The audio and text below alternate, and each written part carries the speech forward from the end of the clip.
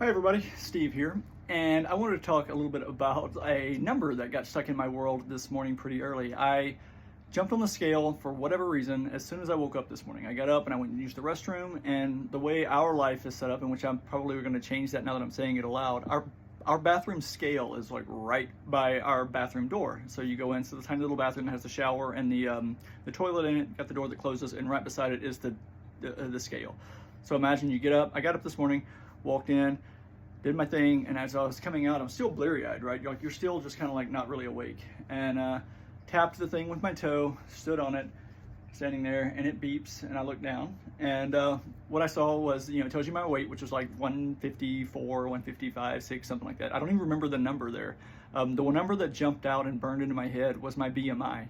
It was 24.7. And as I'm stepping off the scale, I was, brushing my teeth and doing my thing, and I was like, I know that 25 is the color change moment. That's whenever that little band on the body mass index chart goes from green to orange, and I know like orange, like it goes from orange to like a different, like maybe red, and then another color red, and then it goes all the way down.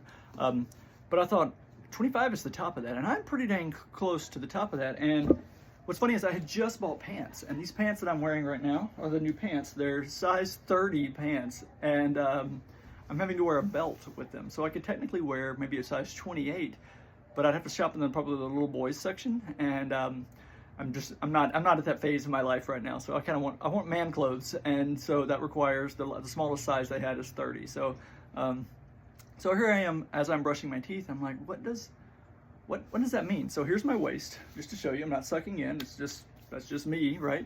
And here's my my belt is on. What does 25 mean? So I pulled up chat, and it popped in and says, literally asked the question, what does 25 BMI stand for? What does it actually mean?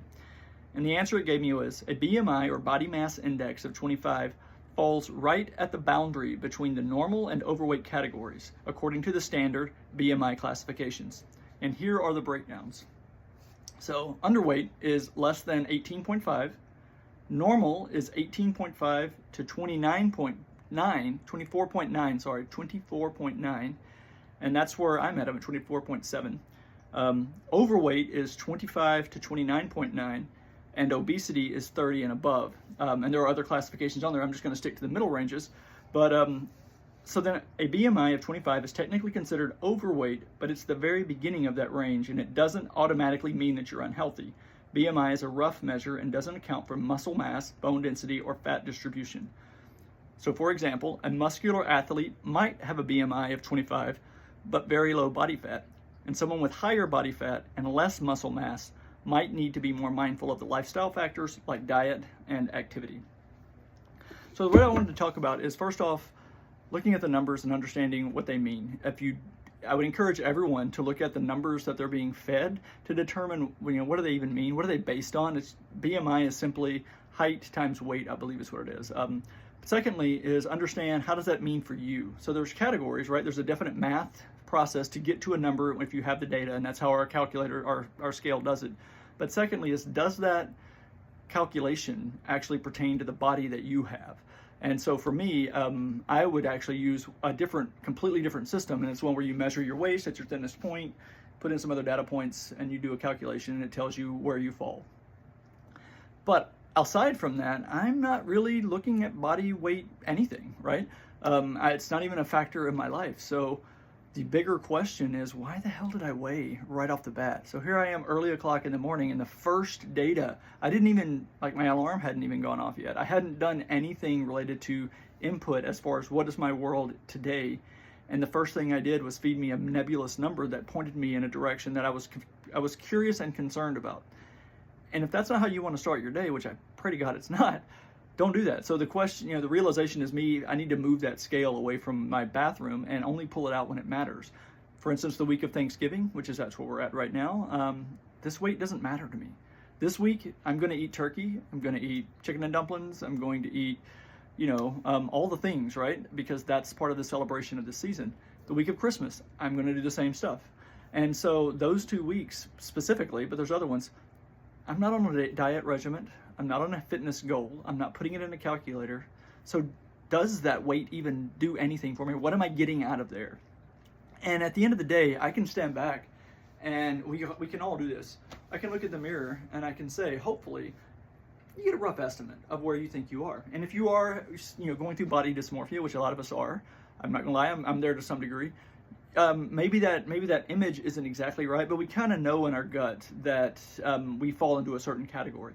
So if you're just looking for a sculpting phase and you're an idea, a litmus test on yourself, start with just looking in the mirror and say, how do I feel about the way this body is shaped today?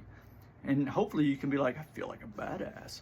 But if you have an area where you're like, and I'd like to work on some stuff, you can still feel like a badass and go, and I want to get rid of this, little bit of pudge that I have here or whatever that might be.